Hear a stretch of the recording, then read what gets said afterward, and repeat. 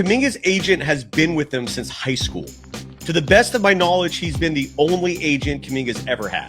This is the series of missteps that have happened since Kuminga's agent, Aaron Turner, became his representation. One, advising your client to play in G League Ignite instead of playing a year in college.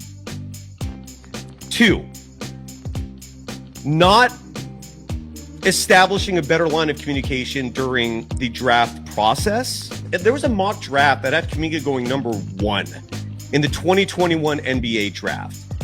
Every single one of these mock drafts had Kuminga going top 5. He fell to 7. I'm going to put a little bit of the impetus on the agent there, because a huge reason why he reportedly fell to 7 was communication or lack thereof.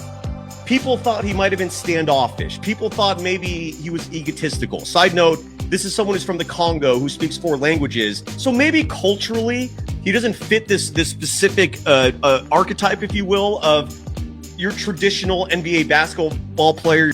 Where was the agent to make sure his value did not drop to 7 in the draft? And the higher you are in the draft, the more money you make. Then you have the whole Kuminga coming out publicly, criticizing Kerr. We reported, by the way, breaking news, that night that he was unhappy about that, like pissed. I was getting sources inside the locker room telling me all this, and then the next day, Slater reported it as public fact.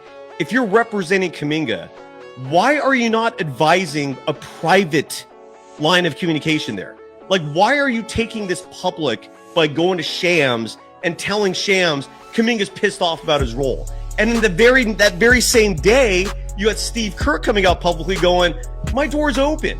You know, and maybe there's some fault there on Kerr's side to not make it clear to Kuminga that he could come talk to him directly, but you're his agent. And you know firsthand that he's not happy. You're the one leaking this information, going public with your gripes instead of keeping it in-house. Why not, instead of going public, keep this thing private so you don't have this riff emerging publicly? And then last but not least, you have the current situation, which is, again, he may or may not have turned down $30 million a year ago. All the puzzle pieces seem to fit into that conclusion that a lot of other people are now trying to backtrack from, but this is ugly. The Warriors deserve blame, Kerr deserves blame, Kuminga deserves blame, but I'm looking at Kuminga's agent, and the more I'm learning about him and his actions, the more I'm thinking maybe this is a huge part of the problem. And maybe I'm talking crazy, I don't know. Kuminga's agent has been with him since high school. To the best of my knowledge, he's been the only agent Kuminga's ever had. This is the series of missteps that have happened since Kuminga's agent, Aaron Turner, became his representation. One,